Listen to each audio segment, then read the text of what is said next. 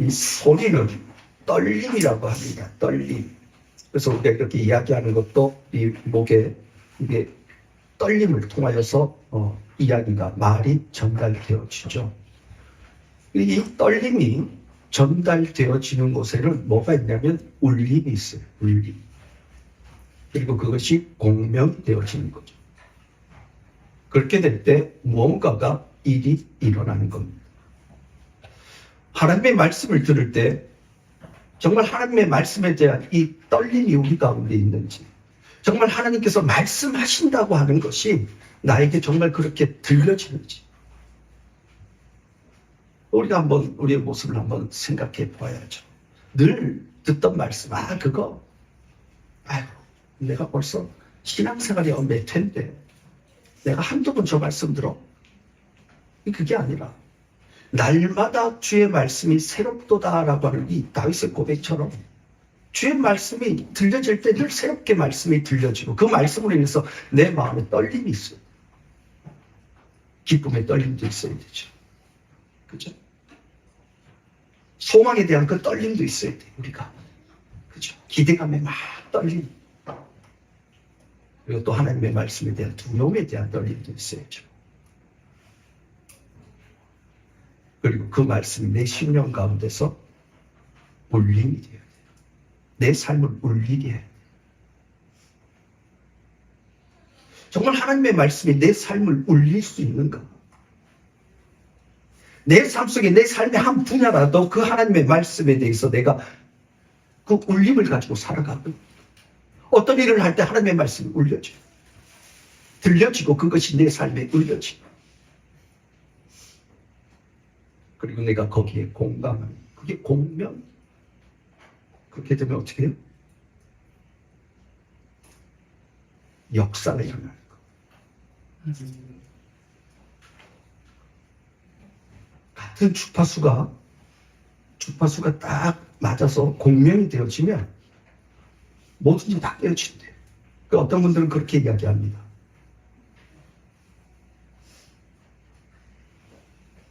하나님께서 이스라엘 백성들로 하여금 약속의 땅 가나안 땅으로 들어갔을 때 처음 만났던 성이 뭐죠? 무슨 성이었죠? 이 여리고성을 어떻게 했어요? 뺑글뺑글 돌았죠. 그죠? 그리고 마지막 날에 함성을 질렀습니다. 그래서 어떤 분들은 그 함성이 공명이 되어서 그 여리고성을 무너뜨렸다고 합니다. 딱 그 주파수가 딱 맞아 떨어지면 무너져요. 유리도 그렇죠. 유리도 공명이 되어지면 깨져버려요. 바로 이와 같은 모습들이 나타나죠.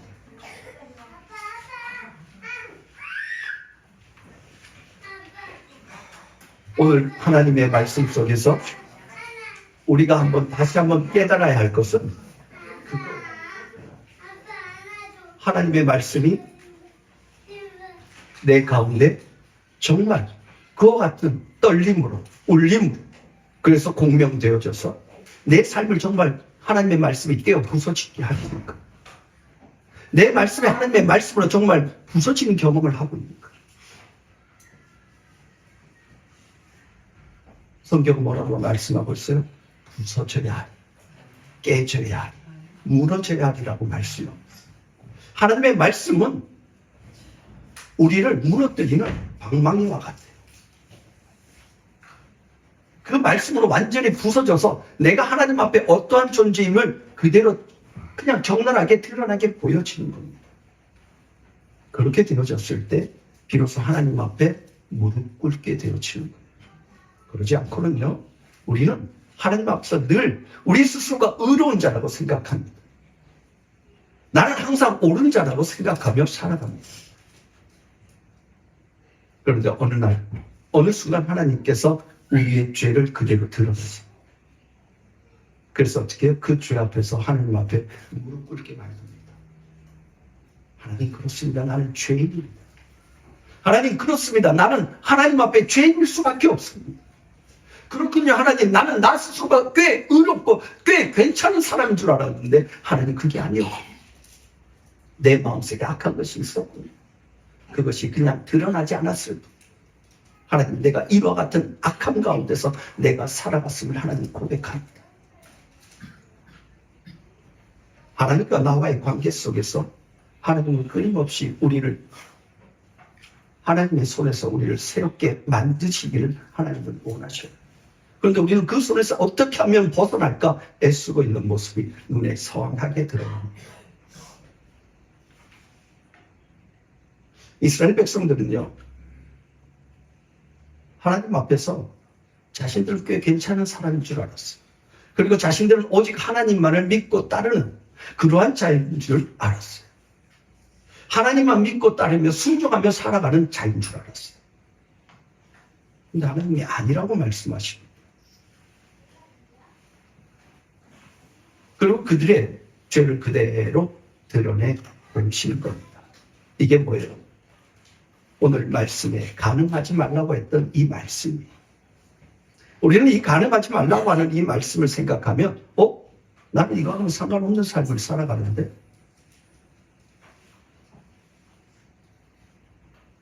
성경 말씀에 하나님의 말씀은요 보편성이 있습니다. 이 가늠하지 말라고 하는 이 말씀이 단순히 어떤 육체적인 관계 속에서 무엇을 행하였냐 행하지 않았냐에 따라서 나눠지는 것이 아니라고 말씀하고 있어요. 만약 가늠하지 말라고 하는 이 말씀에서 모든 사람이 나는 괜찮아, 나는 꽤 자유로운, 그 죄에 대해서는 나는 자유로운 사람이야 라고 이야기한다면 하나님의 말씀은 잘못된 거예요. 이 말씀은 어린아이에게는 적용이 되지 않아요. 그러면 이 말씀은 평생 홀로 살아가는 독신자에게는 전혀 이 말씀이 적용되지 않아요. 성경에서 이 간음이라고 하는 것은요, 남편에 있는 여인이 그 남편을 버리고 다른 남자와 관계를 갖는 것을 간음이라고 이야기합니다. 그렇다면 이 문제에 관해서는 그러면 결혼 안 한 사람은 상관없어요. 결혼하지 않는 상황에서 이런 성적인 관계를 하는 것도 아무 상관없어요. 이 말씀하고는 전혀 상관없으니까. 나는 그러면 자유한 자냐? 아니라고 말씀하고 있어요. 이 하나님의 말씀은 모든 사람들에게 적용되어짐으로 인하여서 모든 자들이 하나님 앞에 죄인임을 고백하게 만드는 말씀입니다. 그렇다면 이 간음의 문제는 도대체 무슨 말씀을 우리에게 하고자 하시는 것일까?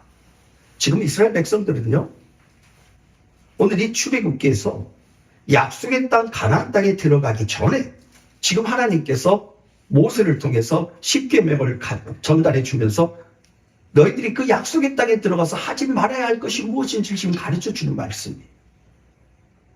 그렇다면 이 간음하지 말라고 하는 말씀은요, 육적인 인간적인 그런 모습에서 이야기하는 부분이 아니라는 것이죠. 하나님과 이스라엘 백성들과의 그 관계 속에서 지금 말씀하시는 것이라는 겁니다. 그러면 무엇을 말씀하실까요? 그것은요, 이스라엘 백성과 하나님은 이미 어떤 관계라는 거예요? 부부 관계라는 거예요. 간음하지 말라는 그 전제 속에는 뭐예요? 너는 이미 결혼한 자다라고 하는 그 의미가 내포되어 있어요. 이미 하나님께서는 이스라엘 백성들과 어떠한 상황이라 남편과 아내된 관계에 놓여 있다라고 하는 것을 전제로 두고 지금 이 말씀을 하고 계시는 겁니다. 너는 그 약속의 땅에 들어가서 나 외에 다른 이들과 간음하지 말라고 말씀하고 있는 거예요. 나 외에 다른 이들을 향하여서 가지 말라는 거예요. 나만을 의지하고 나 외에 다른 이를 의지하는 자가 되지 말라고 지금 하나님께서 이스라엘 백성들로 말씀하고 계시는 겁니다. 왜 그럴까요? 이스라엘 백성들은요, 이미 이 광야 생활 속에서요, 수없이 많은 이 악한 모습들을 나타내 보이고 살아왔어요. 우리가 잘 알고 있다시피 우상 숭배하는 모습이 어디에서 제일 먼저 나타나요? 모세가 산에서 하나님과 만남을 갖고 있는데 그 밑에서 뭐 하고 있어요? 송아지 우상 만들어 놓고 그래서 춤추고 뛰어노는 거예요. 근데 그 춤추고 뛰어노는 모습을 강조법을 이야기하면요, 그거 간음이라고. 그러니까 지금 하나님께서는 이스라엘 백성들로 하여금 뭘 지금 경계하라고 하냐면 우상을 섬기지 말라는 겁니다. 나 외에 다른 신에게로 가지 말라고 하는 겁니다. 이미 그와 같은 모습이 이스라엘 백성들에게 이미 나타내 보여졌기 때문에 애굽에서 이스라엘 백성들이 행했던 모습들이 그대로 지금 이어져 가고 있는 겁니다. 인간은요, 바로 이와 같이 이 간음하는 이 모습은요, 결코 사라지지 않는 모습이에요.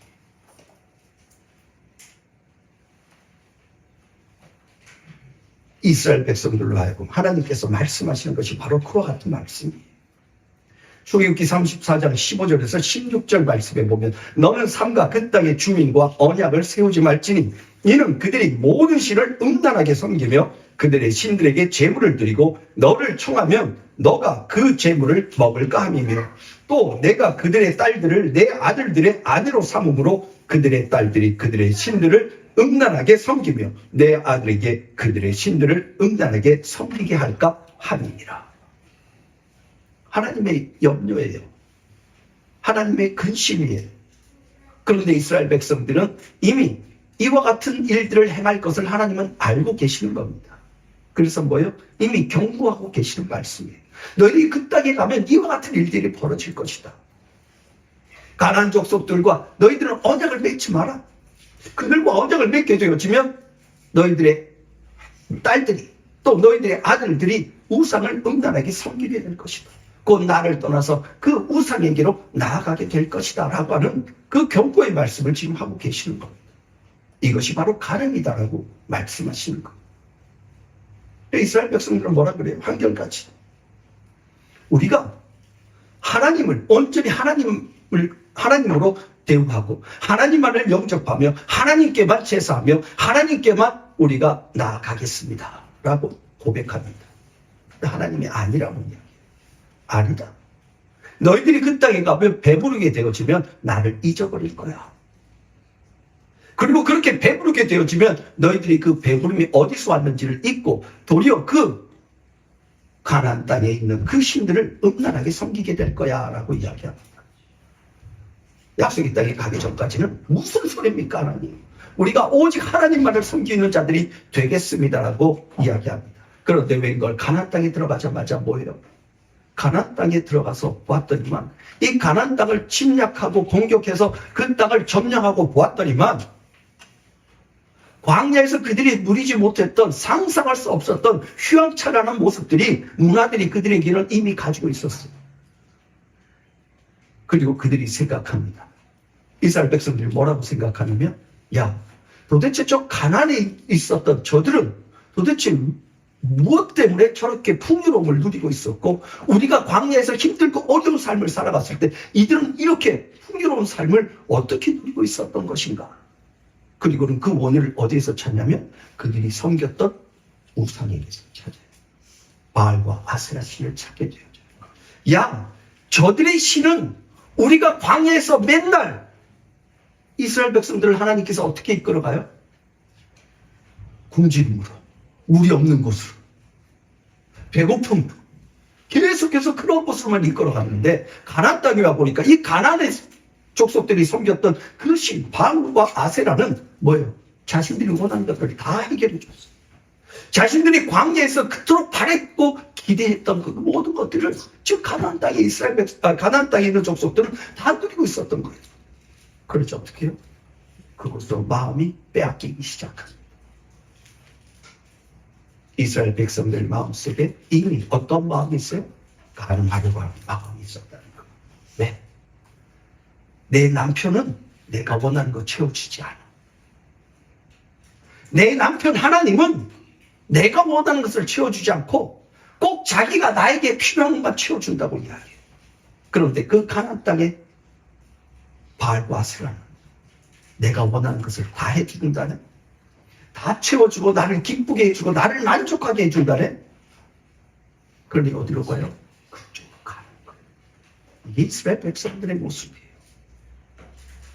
이스라엘 백성들이요, 나중에 하나님의 전에도 우상을 섬기는 우상의 전을 만들어 놓습니다.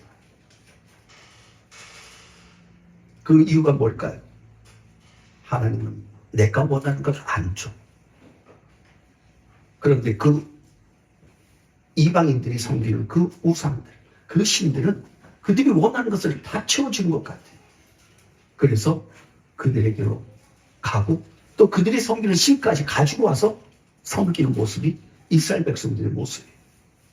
이걸 하나님께서 책망하고 계시는 겁니다. 이걸 하나님께서 지금 경고하고 계시는 겁니다.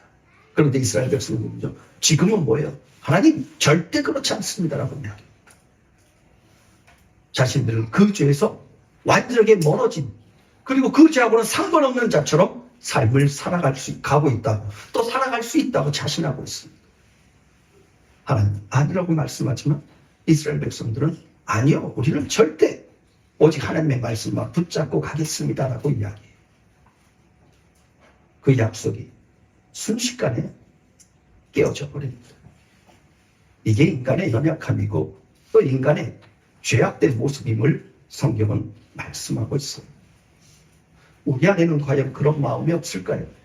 아니요, 우리 안에는 얼마든지 그 마음이 있습니다. 도덕적인 윤리적인 모습 속에서도 얼마든지 그와 같은 모습들이 나타납니다. 어떠한 모습이요? 나를 만족시킬 수 있는 자를 찾아서 갑니다. 나를 즐겁게 하고 나를 만족해 줄 수 있는 진정한 참 신랑, 참 남편을 두고도 내 마음을 즐겁게 하고 내 마음을 행복하게 할 그 어떠한 의지할 만한 존재를 동경합니다. 이게 뭐예요? 이게 음란합니다. 이게 간입니다. 우리 마음에는 없었을까요? 다 있어요. 누구나 할 것 없이 다 있어요.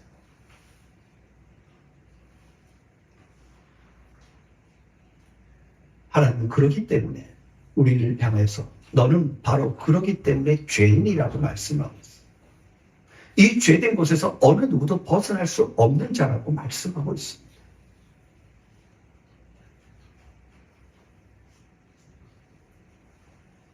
하나님께서 이렇게 말씀하실 때 우리는 어떠한 모습을 나타내야 되는 겁니까?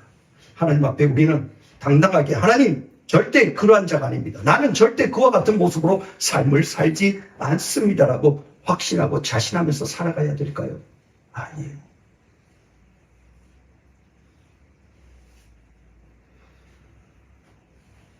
요한복음 8장 1절에서 11절 말씀에 보면 예수는 감람산으로 가시니라.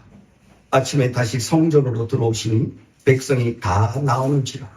앉아서 그들을 가르치시더니 서기관들과 바리새인들이 음행 중에 잡힌 여자를 끌고 와서 가운데 세우고 예수께 말하되 선생님, 이 여자가 간음하다가 현장에서 잡혔나이다. 모세는 율법에 이러한 여자를 돌로 치라 명하였거니와 선생은 어떻게 말하겠나이까? 그들이 이렇게 말하면 고발할 조건을 얻고자 하여 예수를 시험함이라. 예수께서 몸을 굽히사 손가락으로 땅에 쓰시니 그들이 묻기를 마지 아니하는지라. 이에 일어나 이르시되 너희 중에 죄 없는 자가 먼저 돌로 치라시고 다시 몸을 굽혀 손가락으로 땅에 쓰시니 그들이 이 말씀을 듣고 양심의 가책을 느껴 어른으로 시작하여 젊은이까지 하나씩 나가고 오직 예수와 그 가운데 섰는 여자만 남았더라. 예수께서 일어나사 여자 외에 아무도 없는 것을 보시고 이르시되 여자여, 너를 고발하던 그들이 어디 있느냐? 너를 정죄한 자가 없느냐? 대답하되 주여 없나이다. 예수께서 이르시되 나도 너를 정죄하지 아니하노니 가서 다시는 죄를 범하지 말라 하시니라. 아멘.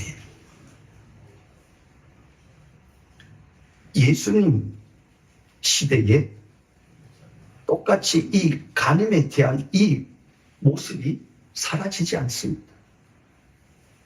그리고 이 간음한 여인을 잡아서 공개적으로 심판을 하기 위해서 한 여인을 데리고 옵니다. 그리고 예수님께 묻습니다. 이 여인을 어떻게 하는 게 좋겠습니까? 모세에게는 이러한 자를 돌로 쳐 죽이라고 했는데 당신은 어떻게 하겠습니까? 고소할 조건을 간직하고 있는 거죠. 만약 이전에 예수께서 계속해서 이야기했던 사랑과 긍휼에 대한 이야기만 한다면 어떻게 율법을 어긴 거예요. 이와 같은 모습 속에서 예수님께서 뭐라고 하십니까? 땅바닥에다가 글을 쓰십니다. 그리고 일어나셔서 그 모였던 모든 무리들에게 이야기합니다. 너희 중에 죄 없는 자가 먼저 돌로 치라. 이 하나님의 말씀, 이 예수님의 말씀이 그들의 마음에 울림이 되었어요. 그리고 이 말씀이 그들의 심령에 떨림이 되었어요. 조금 전까지만 해도 어떻게 이 가늠한 여인을 돌로 쳐 죽여야 된다고 이야기했던 그들이 예수님의 이 말씀 속에 어떻게 하나 둘 돌을 내려놓고 떠나갑니다. 하나님의 예수님의 이 말씀이 울림이 되었다는 거예요. 예수님의 이 말씀이 울림이 되어져서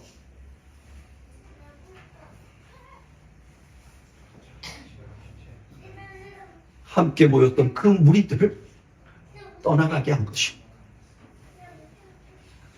사랑하는 성도 여러분, 하나님 앞에서 나는 과연 이 말씀 속에서 울림이 없이 나는 정당하다, 나는 하나님 앞에서 흔들림 없이 나는 믿음의 길을 온전히 걸어갈 수 있는 자다라고 스스로가 자부할 수 있는 자가 있겠습니까? 우리도 동일하게 사실은 그 무리 속에서 돌을 짊어지고 모여 나는 저들과 다른 죄와 상관없는 삶을 살아갔다고 이야기했던 그와 같은 자일 수도 있습니다. 그런데 이 하나님의, 이 예수님의 말씀이 울려진 것, 이 심령에 울려진 것, 이 마음의 울려짐을 통하여서 하나님의 말씀으로 인하여서 새롭게 되어진 것. 하나님의 이 말씀이죠. 우리의 심령 가운데 울림이 되어져서 그 말씀으로 인하여서 그들은 자신이 죄임을 깨닫게 된 거예요. 하나님의 말씀이 우리 가운데 울려지지 않으면 우리는 우리 스스로가 죄인임을 알지 못합니다. 하나님의 말씀이 올바로 울려지니 그 심령이 울려졌으니 그들이 돌을 내려놓게 되어진 겁니다. 이것이 은혜입니다. 내가 죄인임을 깨닫게 되어지는 것이 은혜예요. 그리고 하나님 그렇습니다. 나는 하나님의 그 말씀 앞에서 나는 죄인일 수밖에 없습니다라고 하는 내가 죄인임을 깨닫게 되어지고 고백되어지는 이것이 은혜예요. 이제 이 여인에게 예수님께서 묻습니다. 너를 고발하던 자들이 어디 있느냐? 주여, 하나도 없습니다. 그때 예수님께서 말씀하셔요. 나도 너를 정죄하지 않겠다. 다시는 이와 같은 죄를 범하지 말라라고 말씀하셔요.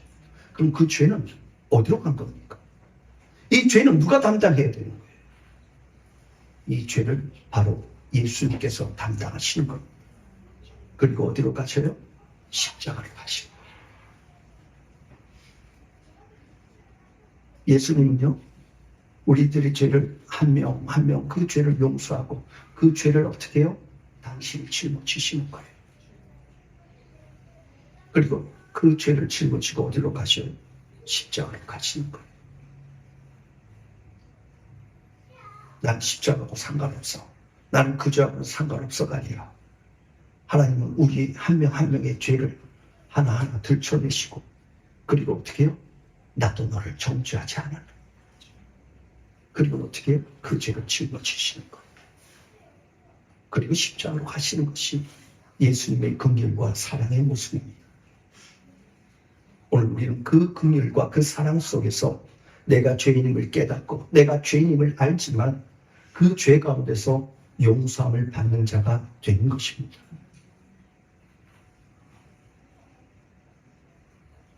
하나님은요, 우리를 그렇게 사랑하십니다. 호세아서에 보니까 고멜이라고 하는 한 창기를 하나님께서 호세아 선지자를 통해서 그를 데리고 와서 아내 삼으라고 이야기합니다. 그리고 그것을 이스라엘과 하나님과의 관계라고 말씀하고 있어요. 어떤 모습이 호세아가 하나님의 모습으로 정결한 자로 세워집니다. 그리고 이 고멜이라고 하는 이 여인이 바로 하나님께서 데리고 온 자, 데리고 와서 아내로 삼은 자, 이스라엘 백성으로 말씀하고 있어요. 그런데 이 고멜이라고 하는 이 여인이 이 호세아 자기를 데리고 와서 창기예요, 창기.